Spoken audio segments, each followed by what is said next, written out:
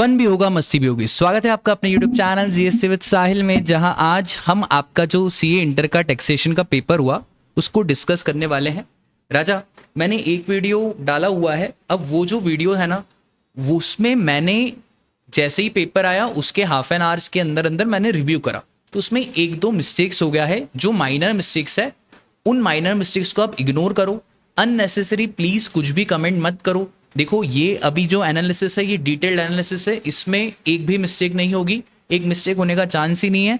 वाला थोड़ा जल्दी जल्दी एनालिसिस हो गया। तो राजा देखो, एज अ फैकल्टी मैं आपके लिए रिव्यू कर रहा हूँ, और रिव्यू मैं ऐसे ऊपर ऊपर से नहीं कर रहा हूँ। हाँ, ये चैप्टर से क्वेश्चन आया, हाँ ये चैप्टर से क्वेश्चन आया।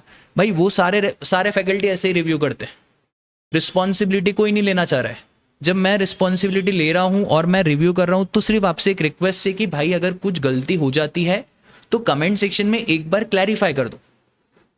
अननेसेसरी आप ऐसे कमेंट करोगे कि ये नहीं वो नहीं वो नहीं, तो फिर इधर थोड़ा बुरा लगता है। बस उसका आपको ध्यान रखना है, ठीक है। चलो आ जाओ भाई। अब ये वाला रिव्यू बिल्कुल परफेक्ट, एक भी मिस्टेक हो ही नहीं सकती भाई। Raj enterprises, a partnership firm, is engaged in both taxable and exempt goods. On 20th March, it entered into a contract of providing painting services to one of its client. Value of whole contract was 2 lakh. Due date to complete contract was 24. However, due to some dispute with the client, painting was stopped on 31 मार्च 2024 और 60% work complete हुआ। Sir, जब अगर painting का काम आपका stop हो गया तो जिस दिन आपकी सप्लाई सीज हो गई उसी दिन आपको इनवॉइस बनाना पड़ेगा, और उतनी जितना काम हुआ है उतनी वैल्यू का इनवॉइस बनाना पड़ेगा। तो भाई 2 लाख का 60% 1,20,000 और 1,20,000 31/3/24। बहुत सारे बच्चों ने यहाँ पे +30 डेज करा होगा, वो गलत है, क्योंकि सीजेशन के केस में आपको इनवॉइस बनाना पड़ेगा उस तारीख को जहाँ पे आपका वर्क कंप्लीट हुआ है। तो यहाँ पे सर जो करेक्ट आंसर आएगा 31 मार्च 24 और 1,20,000। आगे आ जाओ sir. Raj enterprises received a new order from mister Mathur for supply constituting both taxable and exempt goods. He sold goods amounting to 55,000, out of which 10,000 was exempt. Exempt goods की value separately mentioned है। GST का rate है 12%। Single invoice issue करा। बताओ consignment value of goods कितनी? Sir 55,000 में से 10,000 exempt minus कर दो, प्लस 12% का जीएसटी ऐड कर दूं, तो आएगा हमारा 50,400। तो यहाँ पे कंसाइनमेंट वैल्यू ऑफ गुड्स पूछी है, that would be 50,400। Remaining balance of E credit ledger and E cash laser after filing return of April. अब ध्यान से समझो, फर्म को 50,000 का रिफंड मिला है which was sanctioned by department erroneously and credited to cash ledger of the firm. गलती से कैश लेजर में आ गया, तो भाई अगर गलती से कैश लेजर में आ गया तो आपको वापस करना पड़ेगा, और रिफंड जब वापस करोगे तो भी कैश लेजर से ही करोगे। तो राजा 50,000 और इधर ई कैश लेजर का बैलेंस है 70,000, तो मैं ई कैश लेजर के बैलेंस से माइनस कर दूंगा क्योंकि ये वापस करना है। तो 70 में से 50 गया, कितना बचा भाई? 20,000 मेरा बच गया balance. Interest of 1100 was also payable by firm owing to late payment of GST. अब ये जो इंटरेस्ट है इसको ई क्रेडिट लेजर से नहीं पे कर सकते, कंपलसरी इसको ई कैश लेजर से ही पे करना है। तो 1,100 रुपए का इंटरेस्ट भी ई कैश लेजर से जाएगा। तो 20,000 में से 1,100 चले गए, कितना बच गया? 20,000 माइनस 1,100 18,900। तो भाई यहाँ पे हो गया हमारा 18,900। और फर्म की आउटपुट टैक्स लाइबिलिटी है 2.5 lakh, including output tax liability on above mention transaction. तो जो ऊपर वाले ट्रांजेक्शन है वो भी इसमें आ गए। The opening balance lying in e-credit ledger was 2,60,000। ठीक है सर, ई क्रेडिट का लेजर 2,60,000 है, आउटपुट लाइबिलिटी 2.5 लाख है, तो 2.5 लाख और 2,60,000 कितने का डिफरेंस है? 10,000 का डिफरेंस मेरा ई क्रेडिट लेजर में पड़ा होगा। तो ये यही पूछ रहे हैं, ई क्रेडिट लेजर का बैलेंस तो वो रहा 10,000, और ई कैश लेजर का balance, sir e cash ledger का बैलेंस 18,900। तो इसका करेक्ट ऑप्शन रहेगा ऑप्शन नंबर ए। ठीक है, आगे आ जाओ सर। Aggregate turnover of Techno a registered person is 800 crore. Sir 800 crore है तो देखो, ई इनवॉइस में B2B में क्यूआर कोड लगता है और डायनामिक क्यूआर कोड में 500 करोड़ में लगता है। तो भाई यहाँ पे B2B बनाएगा तो भी क्यूआर कोड देना पड़ेगा, B2C बनाएगा तो भी क्यूआर कोड देना पड़ेगा। तो sir invoice issued are required to have QR code irrespective of B2B है तो ई इनवॉइस का क्यूआर कोड, B2C सप्लाई है तो डायनामिक क्यूआर कोड का क्यूआर कोड, एक्सपोर्ट सप्लाई है तो वापस ई इनवॉइस में आ जाएगा, और सप्लाई टू गवर्नमेंट डिपार्टमेंट तो यहाँ पे भी राजा ई इनवॉइस की बात हो जाएगी। तो इसका करेक्ट ऑप्शन होगा ऑप्शन नंबर ए। यहाँ पे स्पेसिफिकली नहीं बोला डायनामिक क्यूआर कोड, यहाँ पे सिर्फ क्या बोला क्यूआर कोड। तो अच्छा क्वेश्चन था, थोड़ा सा घुमाया।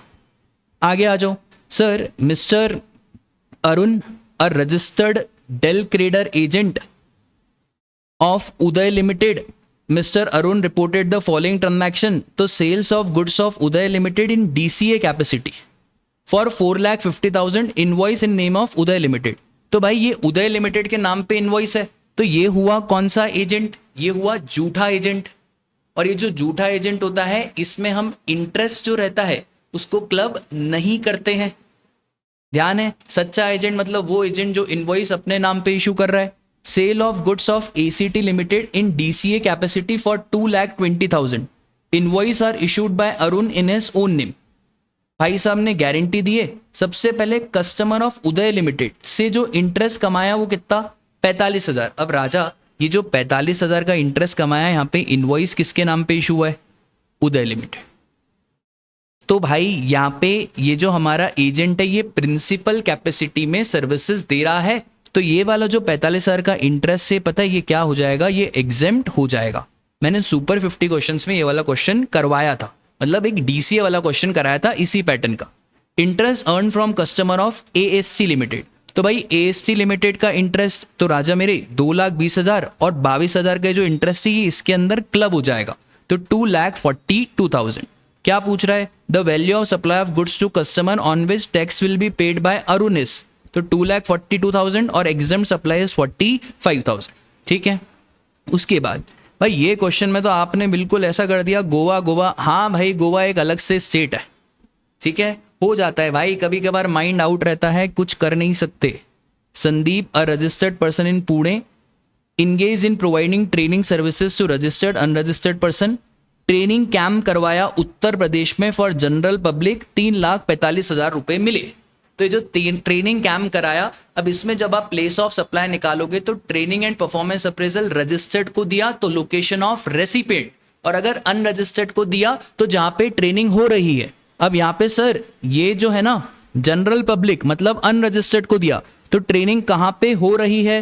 ट्रेनिंग हो रही है हमारी उत्तर प्रदेश में, तो उत्तर प्रदेश में ट्रेनिंग हो रही है तो फिर IGST लगेगा, मतलब inter state. 3,45,000।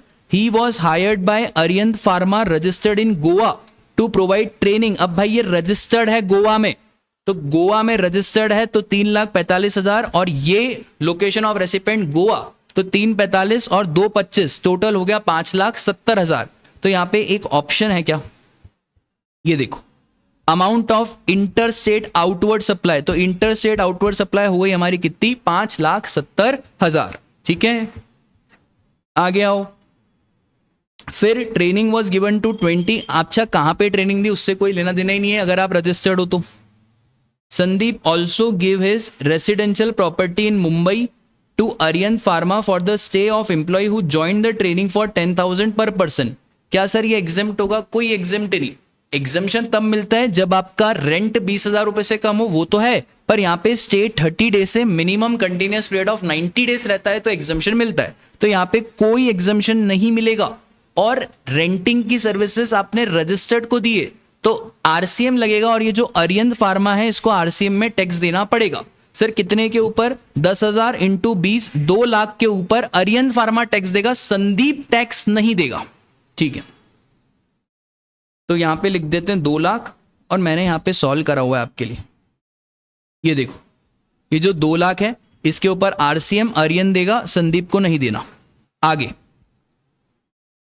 Sandeep hired a bus from Ravi registered in Maharashtra for ₹50,000 for 30 days to transport trainee. Bus has seating capacity to transport 20। Cost of fuel is included in consideration paid to Ravi. अब sir hiring of motor vehicle के case में supplier कौन होता है? तो supplier होता है any person other than body corporate, recipient होता है बॉडी कॉर्पोरेट, और रेट अगर होती है हमारी 5% वाली तो RCM की बात करते। अब यहाँ पे भाई जो सप्लायर है वो कौन है? इंडिविजुअल।